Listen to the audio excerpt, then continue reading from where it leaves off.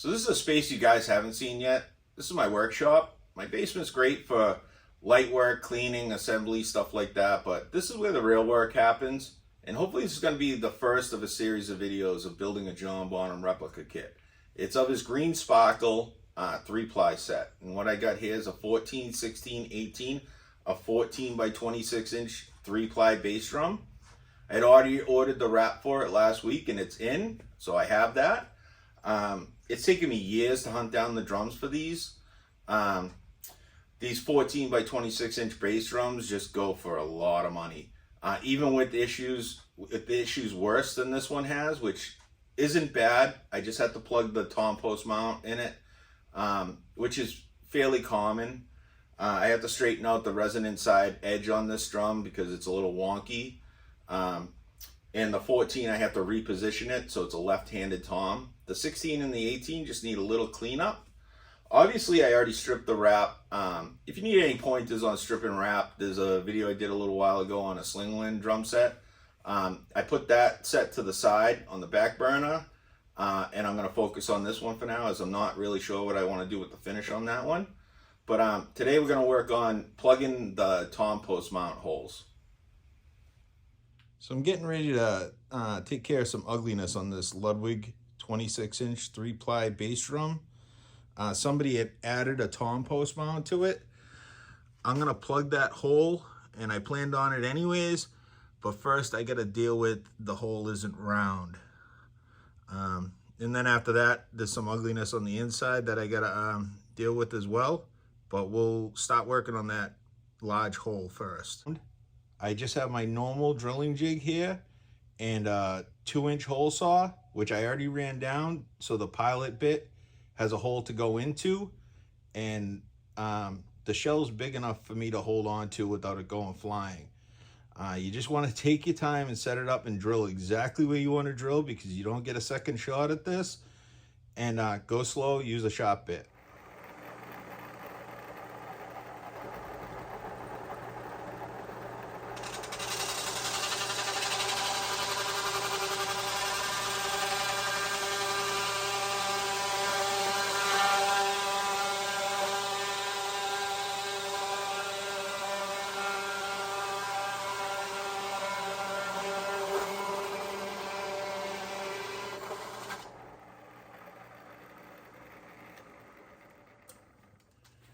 So I had a donor shell kicking around, and that's what I made these plugs out of. I made a couple extra, you never know, just in case, while I had it set up.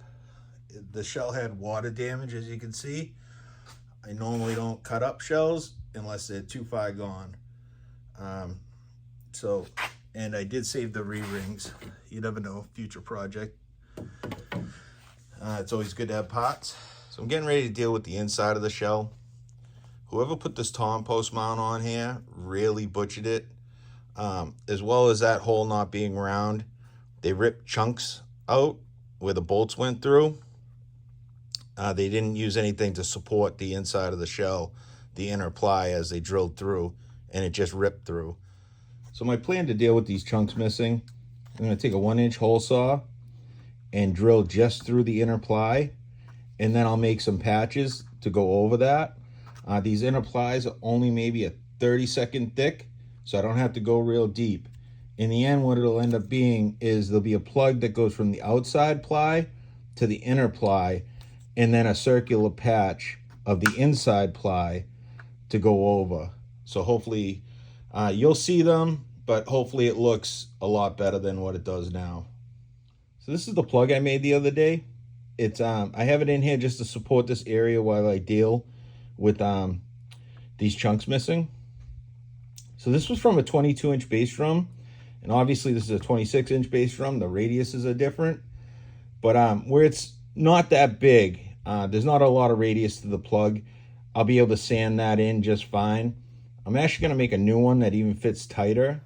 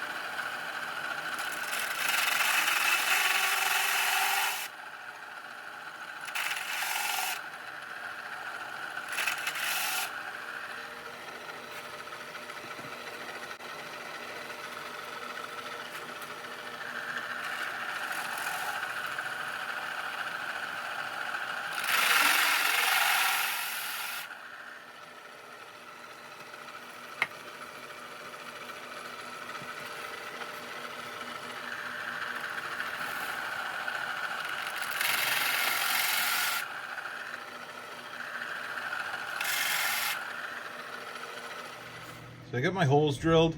You can see the different color in the wood. So I only went through the inner ply here. Now I just got to remove these pieces.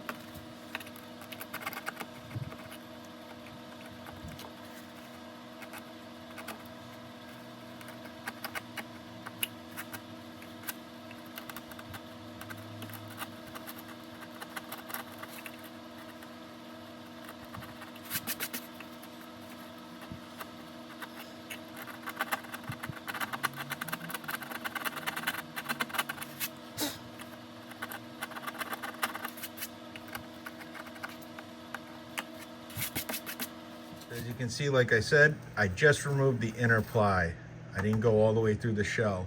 And I already made a test plug earlier just to see how it comes out. So I removed the inner ply from the test plug, and that's gonna go over that just like that, with the grain going the same way.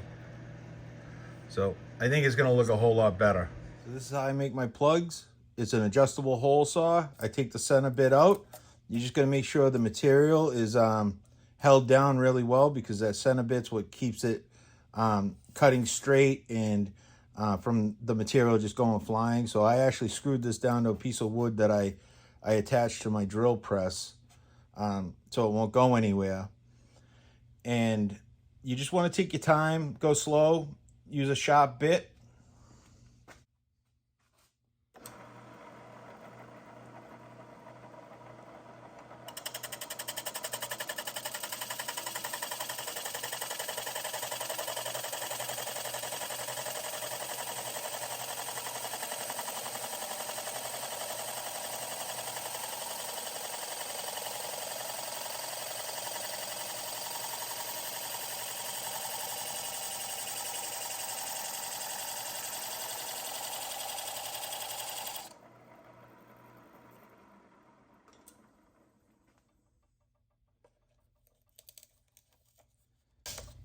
So that's how you get a plug without a hole in the center, like a normal hole saw would do.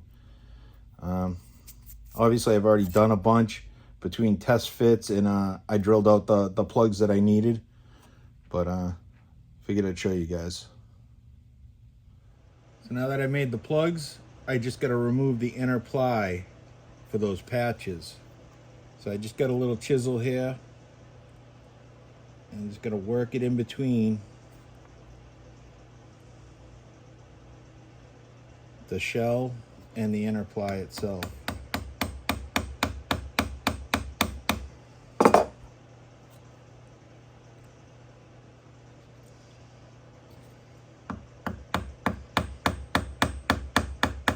Just gotta go gentle, because this stuff's old wood. It splits really easy, so you just gotta be real delicate.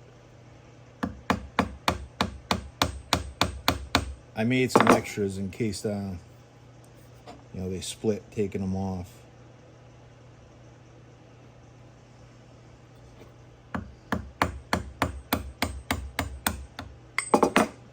Which does happen. That ply will just crack. Oh, see, that just came loose. So then that's actually great. I'm just gonna clean it up a little bit.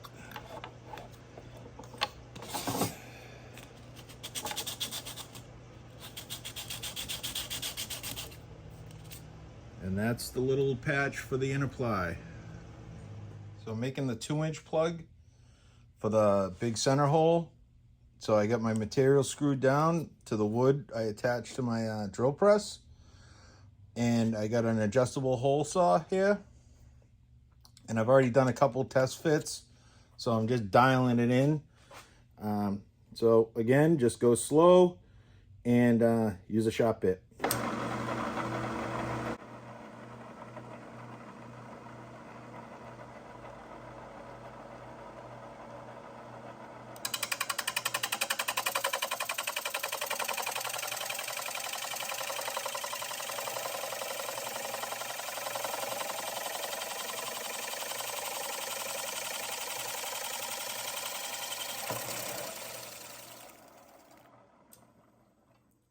And that's it.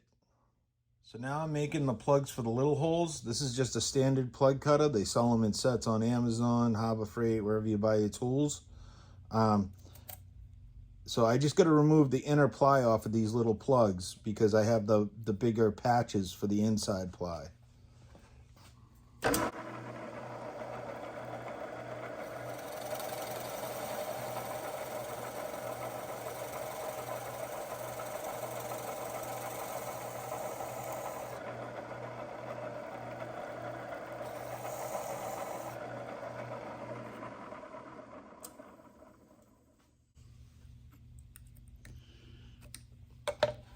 And that's the little plug I'm after. It's just a 1/4-inch bolt that holds that tom post mount on. So I get the large plug glued in. So I'll come back and sand this all when I'm done. Hopefully it looks really good. What I'm doing right now is fitting these large patches. So I already did that one and that one. I'm just coping them in so they fit nice and tight. So I'm just gluing these little patches in. And I want to go a little heavy on the glue so it squeezes out into the cracks, because what I'm going to do is I'm going to go over it just really easy with some sandpaper, and that'll fill in the cracks with some sawdust with the glue. So hopefully it all matches pretty nicely. And you can see the glue squeezing out of some of the other ones. And that's what I want, because when I hit it with the sandpaper, the sawdust will mix in with it and hopefully blend it just a little bit better. Put a little bit of the glue off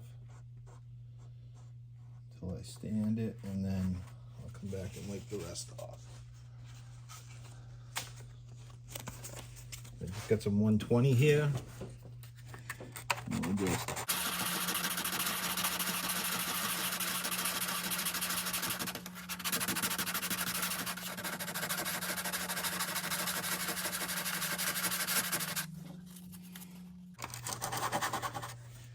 if you get too much glue squeezing out, it'll clog up the sandpaper.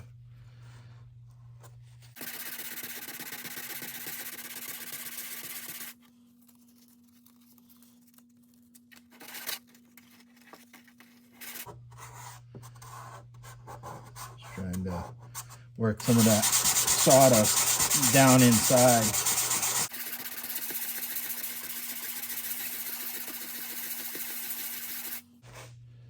Little excess glue that's on there off. I'm just dampening a cloth real quick. So Because I don't have any clamps long enough to just reach in there, I just affixed some of these plugs that I removed the inner ply from to a block of wood. And you just want to make sure, I usually use wax paper, but all I have out here is blue painter's tape out in the shop. So this will work. You just don't want to glue wood to wood and clamp it, because it'll pull those plugs right out, those little patches. So, and it doesn't need a ton of pressure. Basically just lightly clamping it and just lining that up right over the patch that I did.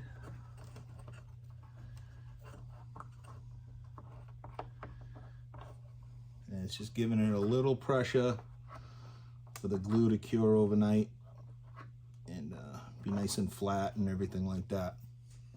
So now for the little plugs in the back, these don't need to be clamped. Fill the holes with glue.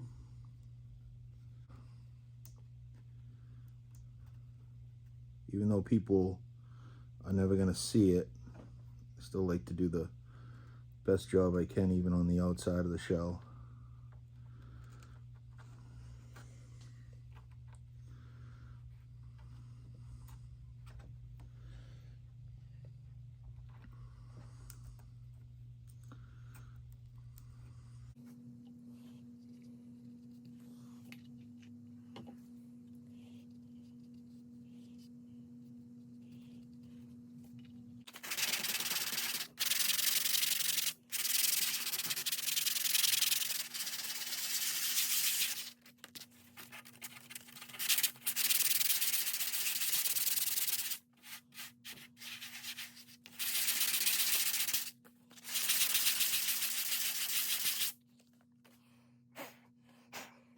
Just like that. It's like it never had a tom post mount to begin with. So this is the next morning. I came out here and removed the clamps. It's not perfect by any means, but it's a hell of a lot better than it was, and it's solid. I mean, that stuff's not going anywhere. Still gonna have to do some more sanding to it and re-lacquer this whole area. Unfortunately, the grain on the 2-inch plug didn't line up that well, but where it had a little bit of a built-in radius to it, that's just the way it had to go. And probably at the end of the project, I'll go over everything I did, so you'll see this when I re-lacquer it and all that stuff. But anyways, if you like this content, please like, subscribe, comment, all that stuff, and take care.